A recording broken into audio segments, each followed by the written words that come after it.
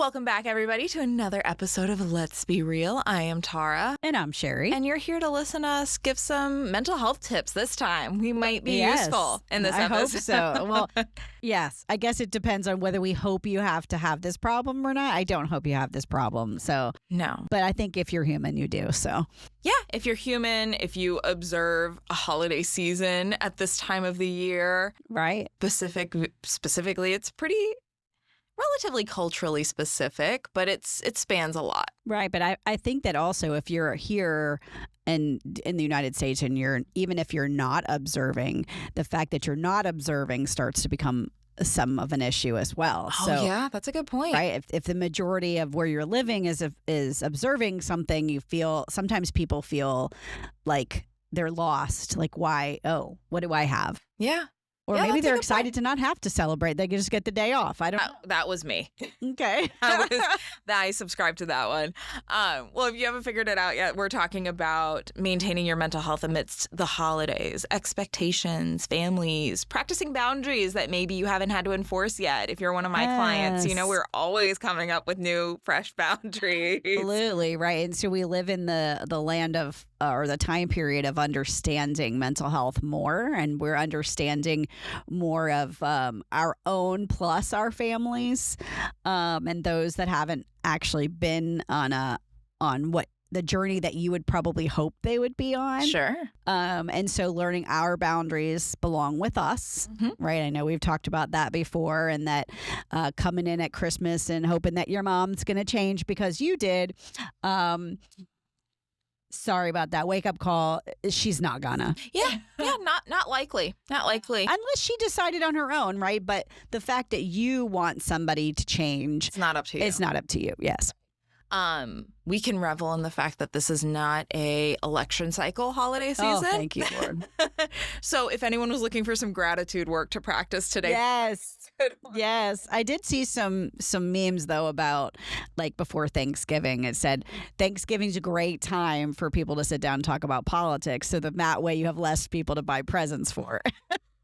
Well, we missed that window to give that piece of advice. Sorry, but yeah. Really but if you solid. happen to do that, if you happen to have done that already on Thanksgiving, then, I'm sorry that you got caught in that trap, but, or maybe you wanted to. Who knows? Maybe that was a plan. I'm a fan of neutral thinking. This is all information together. Yes, this exactly. is all something to pick up on. This is not judgment, right? Yeah. It's just how do we survive this? Because it is an age-old problem, right? It's not just this time period. But now I feel like we have more tools that we can talk about, and we're more aware of things now, of how we handle stuff, right? So what is your big thing about, let's say we're coming into Christmas? Actually, I think Hanukkah is this week. So we're going to it starts on the 7th. So we're this will be out already before Hanukkah starts. Some of the other holidays, I apologize. I don't know anything about, so I can't really talk. But there are many of holidays going on around now. And then we have New Year's. So these are, and also just observing the fact that they're federal holidays, right? So you have time off from work, not everybody, but most.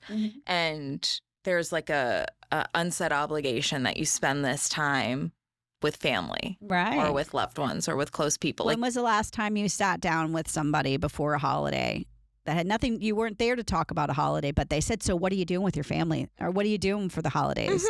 Who are you going to spend it with? Oh, yeah, no. Last year, I think I was kind of telling you a bit of this off air. I was single last holiday season, and the amount of sympathy I got when I was telling them I wasn't I hate traveling for Thanksgiving and Christmas. I don't blame you. Do not enjoy it because it's when everyone is traveling. It's just not like it's a lot. And my family lives in colder places than we live, and I'm good. You said I left there for a reason. I like it here. I like being able to go to the beach on Christmas Day. Yeah. But like I was saying, the amount of like, that I got. Oh, you're going to be by like, yourself? That's so sad. I'm like, no, I have Taz, I have my dog. Like we're chilling. She doesn't know it's a holiday. She doesn't know. She doesn't know a difference. Right. She's killing it. Just living her best life, napping all day. I get to be home all day. I think I'm her favorite person. So, well, hey, great. that the amount of like, oh, how does your family feel about that? And I'm like, well, they got to deal with it. So Right. they don't have much of an argument. I'm the one that has to travel, right? I'm the only one here. So if I'm traveling and I'm like, it's not worth it. It's twice the price for a plane ticket than it normally would be. I'm going to lose my luggage. I have to put my... You just put that out there, right? I have to put my dog up in boarding. I'm not flying with her. Like, and it costs double because it's a holiday boarding situation. And she doesn't like boarding that much. Right. I mean, So in your situation, you chose that, right? I But choose people that. still feel sorry for you. Yes, that's my point. Exactly that. Yeah. And then now there's more obligation in my relationship, which I guess would be a dirty word to call it an obligation. But like you said, it is expected of, well, what are you doing with your family on Thanksgiving? What are you doing with your family on Christmas? And I don't celebrate Christmas, at least not as a Christian. I don't identify as such. So for me, it's just the day off that is expected of me to spend time with my partner's family. Right. Which I don't have any complaints about, but there is a part of me that's like, oh, I guess I'm not going to get my sushi on that Because day. you've already created your own tradition for yourself. Right. So, like for me, over the years has changed many times, right? So my first marriage, we went from being by ourselves and doing whatever our parents did, going from one family to the other or families joining each other. Yep. Then we had kids and it became all about the kids, right? And then we got divorced and we still had kids. So who gets them for the holiday? And then like the first Christmas that I didn't have my children on actual Christmas Day. I mean, I might have had them a week later or the day before even, but people would be like, oh my gosh, are you going to be okay? You don't have your kids? I'm like, I'm still celebrating the holiday with them. It's just on a different day. Right. And same thing. I did go to the beach on Christmas one time with my new puppies back in the day. And I just thought I felt so like, oh my gosh, here I'm going by myself. But I had such the greatest time. Nobody was on the beach. It was me and the dogs. Yeah. And so we have this feeling like that day is going to be so terrible if we don't do something that particular day. And again, people felt sorry for me, but I'm like, no, my kids are taken care of where they're at and they're going to be with me on another time. Yeah. Right. So, and that's a good point that you bring up. I think essentially what we're saying is that these days are allowed to look completely different. Exactly. Whatever it's supposed to be. Now we're talking about shoulds, and you guys know how we feel about shoulds. Absolutely.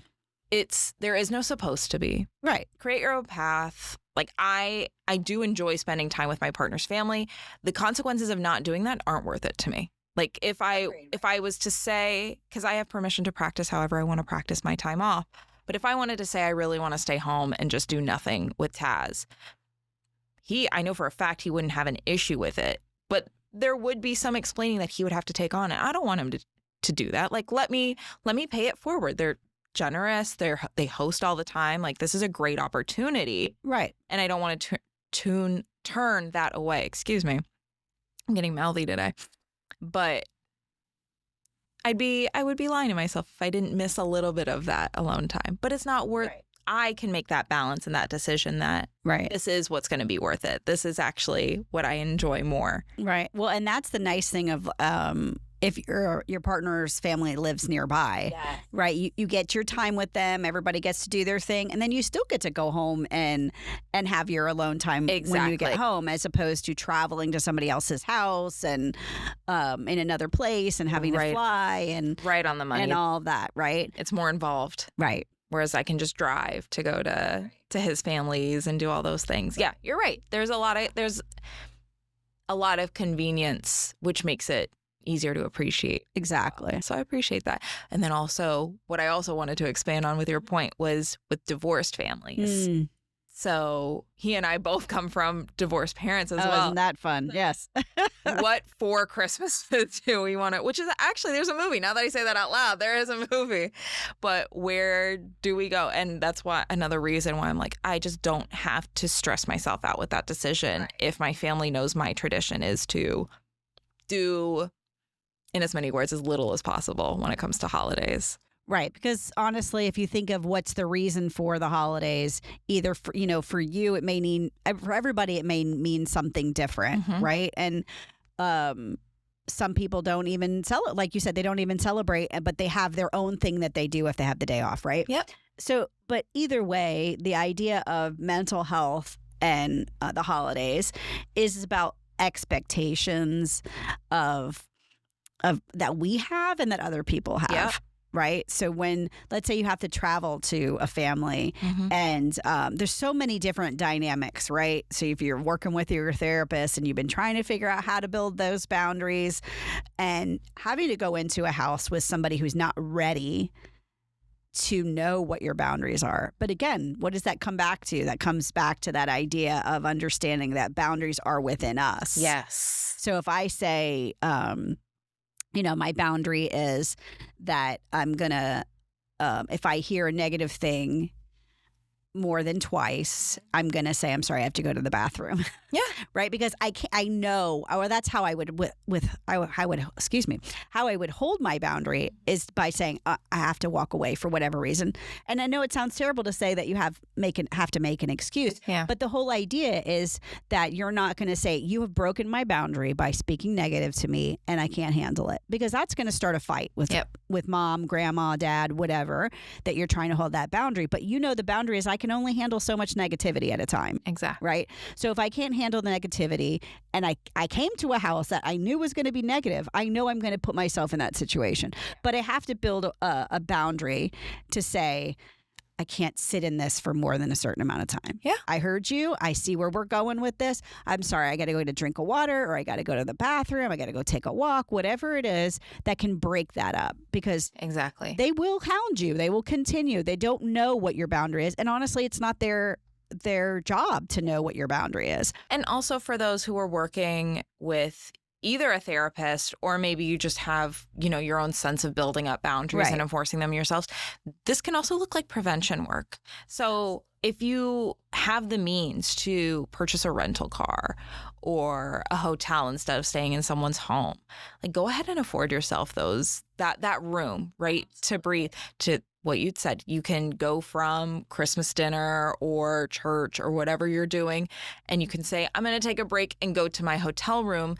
Use whatever excuse you want. I let my clients blame me all the time. Right. Or my therapist has me on a regimen of meditating. Go for it. I don't care. I could. Right. No problem. But please don't do this one thing. I get this from some my adult clients that will say that their child told them, my therapist said, I'm not supposed to be near toxic people, so I'm never going to come near you again. Please don't say that I said that. Right. Yeah. You know what? There's this idea, and it's this, I call it this string, right? It's this string between a child and a parent, right? No matter how awful, wonderful they are, right?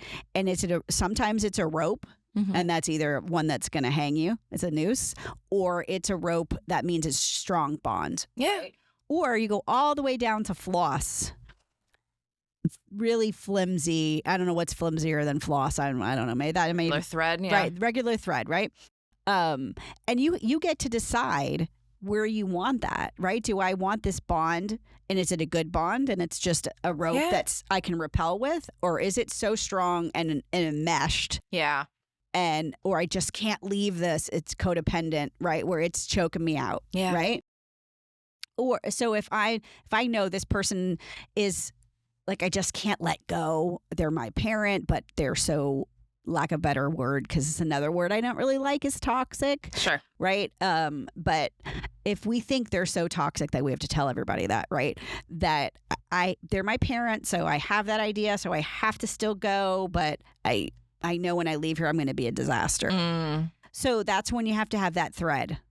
Okay. So I still there. I honor the fact that this is my blood and I love them, but I don't want to completely separate. Yeah. But that's where you have to really be good about your boundaries. Absolutely. I think to both of our points as well is knowing to the best of your current ability what you're getting into. What is predictable? What do you recognize as a pattern? What kind of compliments do you tend to get from Aunt Sue? If they're always about your body or criticisms, right? They're always about your body, and that's something that's not going to go over well with you. Then letting her know, there are so many scripts out there Google is your friend, where you can learn how to use your boundaries as a conversation point rather than a firm, like, stone wall. Right. We don't have. We're not right. using the word toxic. And Sue may not think she's toxic, right? She may think that compliments about bodies are genuine compliments. Right. Whereas for you, maybe that's just that triggers. It's your trigger, right? And that, again, I hate that word, so take a sip, right?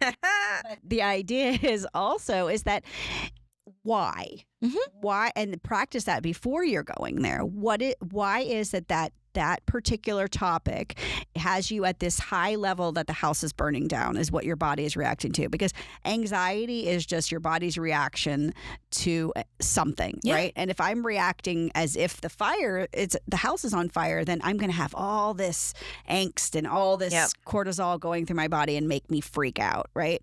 So if I go there saying, okay, let's say this particular situation, you can explain, and you can also understand that depending upon where your family is from, that may be a compliment. Yep. Right? In my family, my mother's from Cuba, and when my mom says, "Oh, I notice you're getting a little skinnier around the waist," that's a backhanded. You still need to lose some weight. You're a fat ass, and I don't like what you're wearing. Mm-hmm. I know that because my people are. I mean, my mom. I'm not saying about anybody else's people. I'm just saying my mother. I know that's meant. Oh, you better watch your weight. Yeah. Right. I'm noticing since going back and forth here. Are you okay? Right. She doesn't necessarily mean that. I just know that she's very conscious about the body. Sure. Right. And I could say. Like 5 years ago, I would freak out and scream at her. Sure. Now I'm saying, okay, that's just what has become important to her over her time, right? But that doesn't have to be a reflection of what you're thinking of her, right? It doesn't have to be as personal to you. It's really just her value set, her reflection for herself. Right. We totally go back to that. And she's saying it out loud. Yeah. We're going back to, Mom, if you're worried about me, can you just tell me? Mm-hmm. Right? Or when you say that, can you not say it in front of other people? Because it makes me feel self-conscious, right? And it all depends on whether you have that ability to have a conversation with that person in the first place. If that's somebody who's what? I didn't mean that. I don't know what your problem is. Then you don't. That's not a time to say it because you're going to have another fight. Yeah. Yep. It's one of those things where I realize and I believe that this is something that you appreciate telling me. Something I learned about myself recently is I really like hearing compliments about X, Y, and Z. I really like being asked about my work, or I really like being asked about my hobbies. I'd love to tell you about my dog. Like, redirect. Absolutely. I love that. Right. Without saying, would you please stop? Yeah. Or telling somebody it's offensive when you say these. Oh yeah. So now you're saying that person's on defensive, and it's all downhill from there. Everybody's leaving Christmas mad. Right. And I think it's important to note too that we're specifically talking about small dose conversations. If we're not talking about genuine, healthy communication, because there's definitely a way to be like, I want someone to know my boundaries and understand my boundaries versus I'm seeing this person for a couple of hours on December 25th, and I don't have to see them again until Thanksgiving or whatever other holiday you have with your family. If it's just to get through and protect your peace, I'm about it. We don't have to fix the whole because you're not going situation. to. Let's be honest. Someone's going to get offended, and it's going to be all hell's, if you know that person is not able to handle it, or at least in your last conversation, it didn't go well. It's probably not the time to do it, right? You don't get to do that in the middle of Christmas dinner. But again, if you do, can you please tape it so I can have the popcorn out? But, I do love those where you just live stream your stuff for your therapist. I'm like, exactly. I could charge for it. I would. I'd be like in the background going, no, wrong answer. Next. I'll have an air horn. I can tell you why. I'll have an air horn in the corner. I love it. Nope. Lower the game of taboo, or you just press the button. Yes, I love it. We're not talking about that. Yes. So, I mean, these are times, why you're protecting your mental health, is because you're really not going to be seeing these people very often, right? Yeah. But what about the people who, they lost a spouse recently, a child recently? Like, those are the things that, like, grief is not as much my specialty. So I don't know if it's yours, but. I wouldn't call it a specialty because I suck at it personally. So I'm very avoidant of it. But when it comes to me, when it shows up, I am just like a puddle of empathy when it comes to my clients and grief, because I am someone who truly believes that there is no wrong way to grieve, right, unless you're not doing it. Right. If you refuse to do it. If you refuse to grieve, that's the only wrong way to grieve. And how do you know somebody's refusing to grieve? Dissociation. If I can ask them, is this a distraction or is this coping? Okay. And the longer you struggle to answer that question, what's the problem? Yeah. The more we want to tune into it. Okay. So, or refusing to talk about it because they don't want to be emotional with me, I will challenge that. Right, that's one of those. Honestly, the point of what we're doing here, right? We're here to get all of that out, right? Like, what if this is the one safe place you can experience this level of distress? I can get you feeling a little bit warmer. I can get you feeling a little bit better before we leave. And then you don't have to feel like this again until maybe we revisit it. Right. I don't want you to bottle it up every second, every minute, right? Right. So when it comes to grief, the holidays are one of those, I don't want to call it unavoidable times, but especially if we're dealing with unresolved grief. So that could be recent loss. Right. Could be an ongoing loss that you really haven't been able to close a chapter on. Mm-hmm. Lots of people are still grieving decades later because they're not grieving to the level that their heart and their mind are asking for, right? Like, we're stifling. So the holidays are going to be, especially if you have tradition, especially if you have other folks that want to help you remember somebody or provide those kinds of memories. For people that don't. Mm-hmm. That's a good point. Pretending like everything is the same. Everything's like, okay, somebody's not missing at the dinner table, right? I did hear once, that was my one piece about grief, is that people want people to talk about the person who's gone. They don't want their memories to be gone, and they don't want people to, and I'm not saying this, everybody's that way, but I think a lot of people, the sadness is that nobody's talking about them anymore, as if they never existed. Yes. I talk a lot about the difference between missing and mourning. Yes. Mourning, it exists. There's anguish and loss. There is frustration. There is anger. There's all of the steps, right? And then I like that you're making that distinction.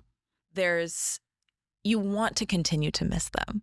Right. You don't want that to go away. And for some people that like flips a switch of, I don't want to wish all of these feelings away. Right. Well, also, I want to wish the intensity of it away, which is, so when we move from mourning to missing, that's when we're honoring memory, where we're honoring our own processing.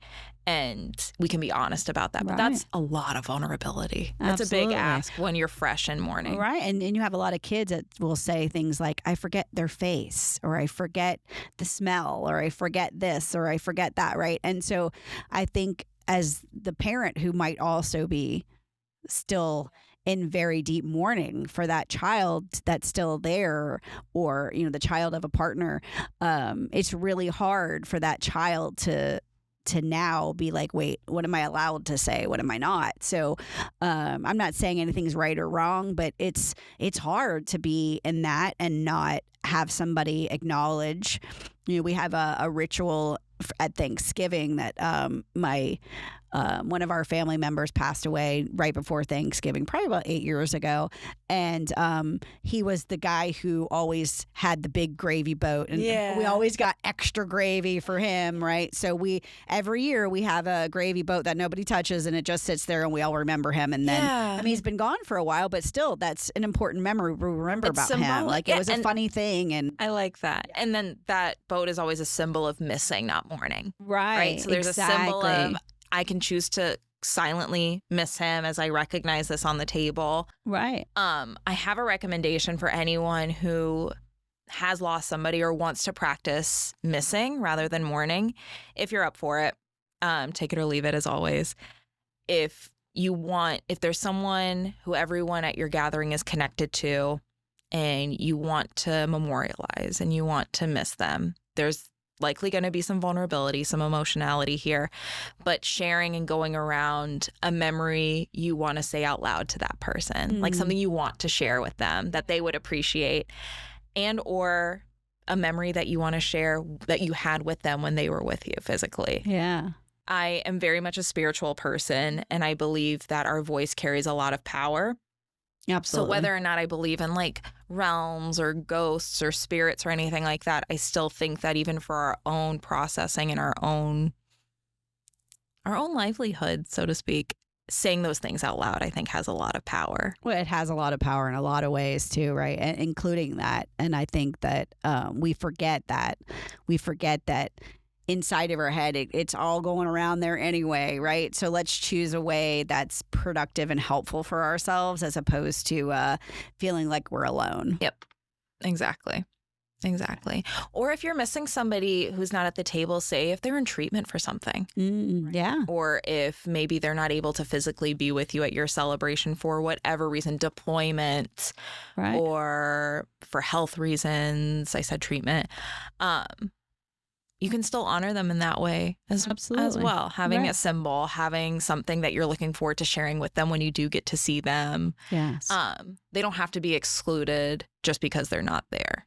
Exactly. And then when people do see them, they get to share these stories about like, oh my gosh, did you hear? I can't wait to tell you about what so-and-so wanted to tell you. Did they get to talk to you yet? Right. And I want to know what your reaction was. You still get to experience things together communally. I love that. We don't have to pretend that someone's not there. Exactly. I like that. Mm-hmm. That's like an elephant in the room type situation, right? Like, we're not talking about Fred because, he's not here. Like, well, he's still alive. He's just not with us presently in this room because for whatever reason he can't be. Exactly. Right. Yeah. Like my family, when they do get together, because I have a lot of family in Maryland, so they'll all get together for their holidays. Sometimes I get a phone call. Everyone's on speakerphone. It gets real messy, though. I bet. Or we'll do a FaceTime pass around until the toddler grabs it and runs away with the phone. That's awesome. But that's like, I get to feel a part of it. Like maybe they're talking about me, maybe it's also up to them. I'm none the wiser. There you go. Until they all come to me and tell me the separate stories of that. Yeah, that's great. I love that. Right. Okay, good. So for however you guys want to show up for your holidays, just protect yourselves, protect your peace. Absolutely. Whether it's short-term peace, it is still peace worth having. Exactly. Oh my gosh. Peace. So yes, exactly. And then for me, I'm just ready for a piece of pie. It's my favorite thing about this time of the year. I mean, I don't need much of an excuse to get pumpkin, but That's awesome. I definitely overdo it around this time of the year. Me too. That's okay. And key lime. That allows for more discussion of my waistline, so that's okay. While you make direct eye contact and continue to this. And I'm enjoying it. Right. But do you think that's a good place to wrap? Any I final think thoughts, that was Sheri? good. I think we touched on it as much as I can think of right now. I'm sure there's a situation that we just can't possibly know. Yeah. But just the overall, the understanding of protecting your peace, and remember that the only thing you can control is yourself. And so once you realize that you're not able to control the other adults that are acting like children or not, right? Or maybe you're the one acting like a child, so you need to bring it back in. Yep. That's where your power lies. Absolutely. And I want to revisit this conversation too before Mother's Day. Oh, okay. I feel like Mother's and Father's Day kind of gets a little bit overshadowed by Christmas, Thanksgiving, or at least this season. Mm-hmm. Even though I think I see more people struggle with mourning and loss around Mother's Day and Father's Day more so than these days. That's true. I agree with that. So I'm bookmarking that in my brain for me to immediately forget it. But it's well, I hope it's been memorialized here.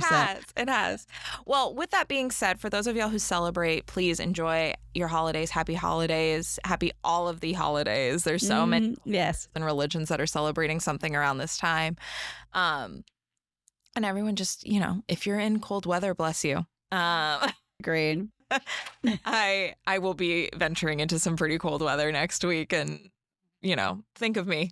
Send warm thoughts. She's going to have a blast, so don't. Oh, no, don't feel bad for me. No, I just will have to learn how to grow a pair and figure it out, layer up.